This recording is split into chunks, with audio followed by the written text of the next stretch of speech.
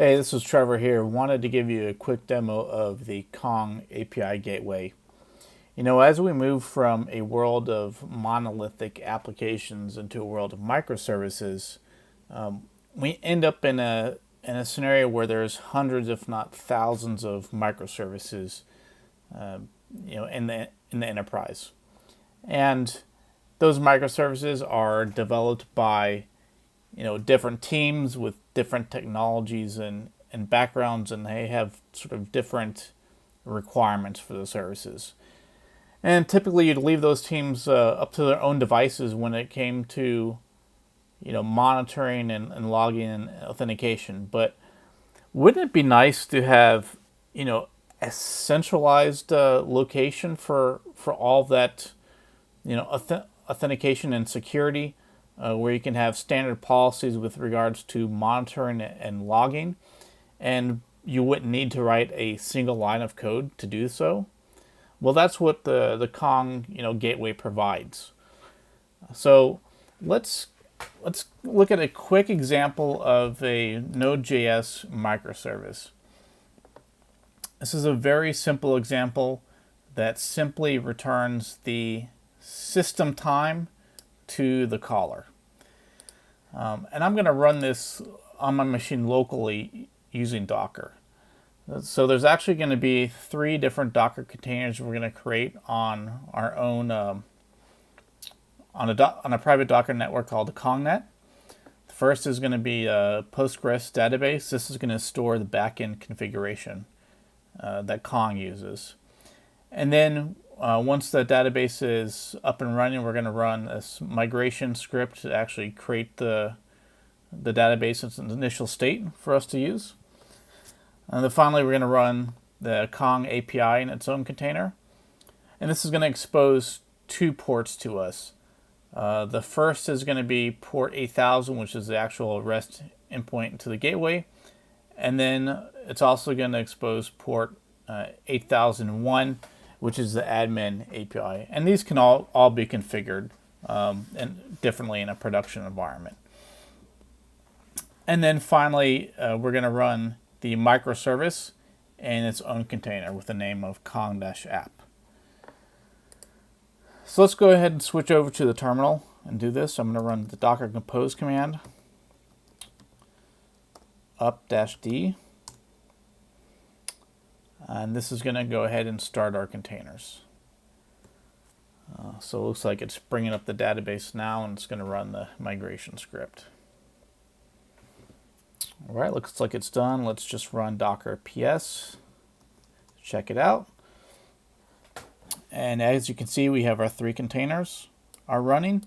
And notice the Docker app is running on port 8000, but it's not exposed outside of the Docker network. We can just test this real quick using curl.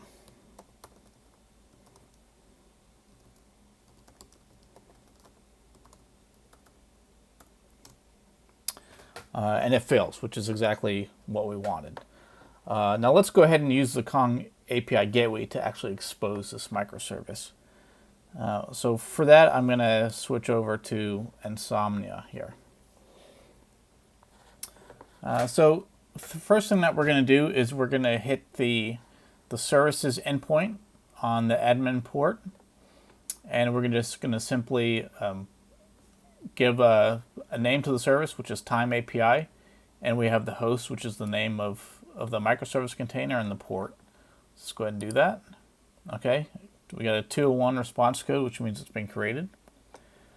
Now we have to create a route that's going to actually forward incoming traffic from the gateway to the appropriate microservice. So in this case, our rule for the Time API is going to be if we see a header that says time-API, we're going to forward it to the microservice. So let's go ahead and set that up. Okay, it's been created. Now let's do one more thing. Let's actually enable rate limiting for this API so that it doesn't get overloaded. To do this is very easy. It's just a matter of enabling the rate limit plugin, and all the functionality that's provided in the Kong API Gateway is all based on a plugin architecture, and it's just a simple matter of enabling the plugins you're looking for. So in this case, it's the rate limiting plugin, and we have to give it a configuration parameter. This is simply going to limit the maximum number of requests to 5 per minute. So let's go ahead and hit that, and okay, it's been enabled. Now let's test our service. So again, I'm hitting port 8000. I'm passing in the header host time to API. Let's hit send. And here we go. We have the current time. Now, if we look at the headers that got returned to us, here we have all these rate limit information that was enabled via the plugin.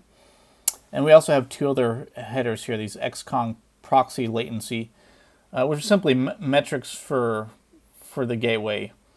For instance, the upstream latency is the amount of time that it took to actually get a response from our microservice in milliseconds. Now let's go ahead and hit this some more so that we can actually see the rate limiting request in action. So as you can see, this remaining value keeps decreasing. Let's hit it again. Oops. All right, so we hit it more than 5 times in a minute, and now we got this too many requests response code, which is exactly what we're looking for. But let's not stop with rate limiting. Let's add some authentication to it as well. So if we want to enable key-based authentication, it's exactly the same as the rate limiting plugin. It just has to be enabled. So we're going to go ahead and hit the plugins endpoint again. And we're going to say key off plugin, and we're going to enable that. Now we have to create a user. In this case, it's going to be for the QA department. So I have a username of QA. Okay, we've created the QA user. Now let's set a secret key for the API, which is going to be hello_Kong. And we've added that. Now let's test our endpoint again. So in this case, I'm going to run the same request as before, passing in the host name of Time API. I'm going to hit send. Oops, no API key was found in request. Now let's try and pass in the key. Here we go. Now we have the system time. So it's just doing exactly what we wanted to do. So this is just a kind of a quick demo of just how easy it is to actually get up and running using the Kong Gateway, and how easy it is to take advantage of all this functionality without having to write a single line of code. Hope you check it out. Please go to konghq.com to download it and get it up and running on your machine today.